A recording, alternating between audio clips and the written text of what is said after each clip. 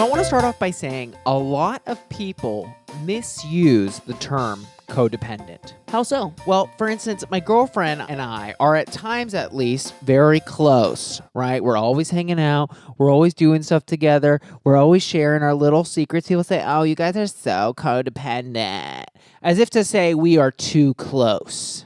You guys do a lot of PDA. It's pretty gross. It is gross, Anthony, but is it pathological? It's not illegal, I know that. But is it psychologically bad? Well, no, I don't think so. I just don't like it. So people have this wrong idea that codependency is when people are too close, do too much together, but that's not really quite it, though it's not completely wrong either.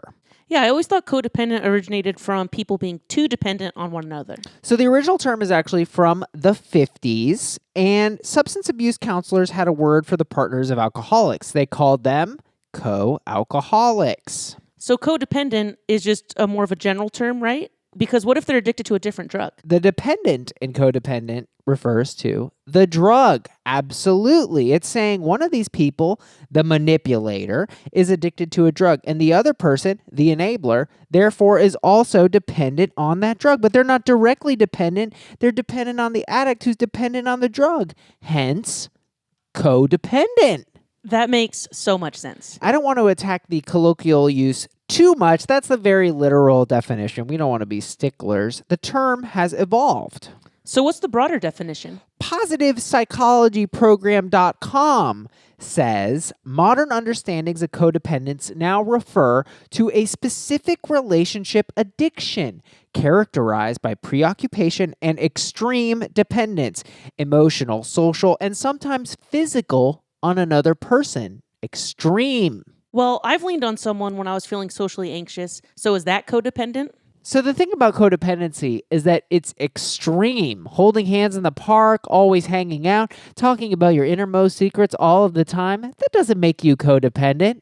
That sounds painfully boring. Boring, yes. Stable, that too. Symptoms of codependence can include low self-esteem, stress, depression, anxiety. So literally everyone ever. More specifically, having poor boundaries. Boundaries are important. Trouble communicating honestly, a need to always be in a relationship, fear of abandonment.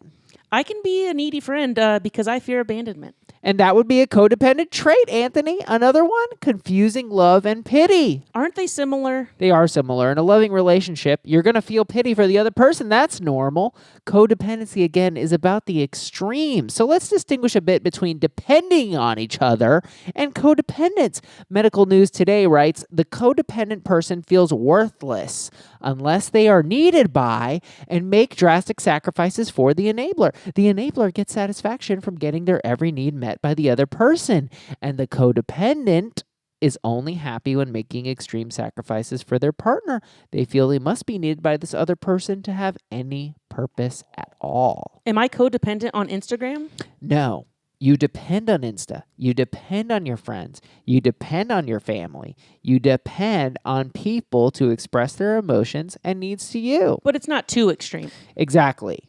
Codependence is when you depend on one person for everything, or at least in a disproportionate sense. The recoveryvillage.com details some signs, including covering for a person's shortcomings. Like if you're dating an alcoholic, and instead of confronting them, you just always volunteer to be the designated driver. Exactly. You're not helping them get better. You're enabling their dependence. Some other signs, you're always worried the person will leave. You avoid conflict with them, summarily putting the other person's needs before your own, but not their deepest needs. But doesn't that happen in every relationship? At times, right? Sometimes you do have to do that. Like you took me out on my birthday for food. I took you out for your birthday for foods. The difference in a codependent relationship is that it's one-sided. Okay, so if I always took you out to eat, always paid, would I be codependent? Probably, right? In a normal relationship, there's a give and a take. So if all you're doing is giving and all they're doing is taking, you're probably co-DP. What if I confront you and say, hey man, it's your turn to pay? That's when you start to escape the codependency. But it's too far gone. The manipulator would shut you down. They'd say, don't be unreasonable, or you're too sensitive. It's just $20. Is that gaslighting? Absolutely. That's the kind of manipulation that the manipulator will use, and that's what traps you in your codependency. So am I codependent? Well, only you can know. But if you have your own distinct identity, a handful of close relationships, not just one, then you probably aren't codependent. I have one final question.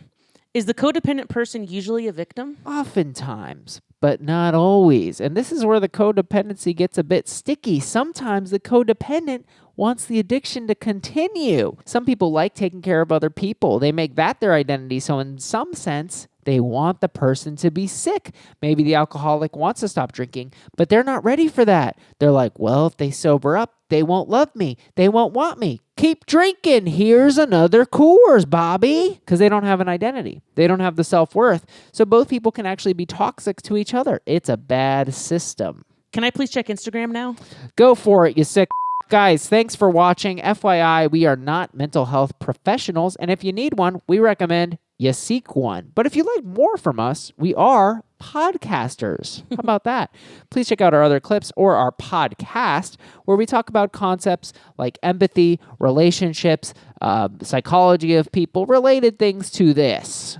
Yeah, it's called Am I the Asshole? People submit real life situations. We talk about who sucks and why. We're learning to be better people and hope you join us. Link in the description.